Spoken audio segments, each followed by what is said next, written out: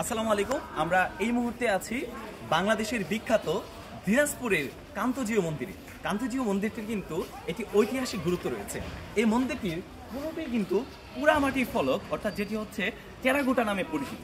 এই কান্তজিও মন্দিরটি যা প্রাণরাত রায় তিনি কিন্তু 1704 সালে নির্মাণ কাজ শুরু করেন, কিন্তু তিনি কাজটি সম্পূর্ণ করে যেতে পারেননি।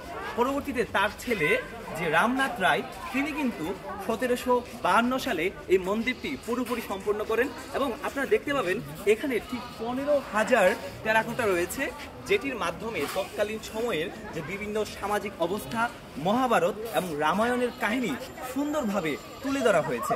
এবং 1897 সালে এখানে একটি ভূমিকম্প হয়েছিল এবং সেই ভূমিকম্পের ফলে যে 9টি রত্ন রয়েছিল সেই রত্নগুলো কিন্তু ভেঙে যায় এবং পরবর্তীতে আমরা এই বর্তমানে এই কান্তজিও মন্দিরটিকে দেখছি। এবং আপনারা যদি এখানে আসতে চান, যে দিনাজপুর জেলার যে কাহারোল উপজেলার সুন্দরপুর ইউনিয়নের কান্তনগর গ্রামে আসলে কিন্তু মন্দিরটিকে দেখতে পারবেন। আপনারা এখানে আসবেন, বাংলাদেশের সামাজিক ঐতিহ্য, সংস্কৃতি এবং সবকিছু সম্পর্কে ধারণা নিয়ে নিজেকে সমৃদ্ধ করুন।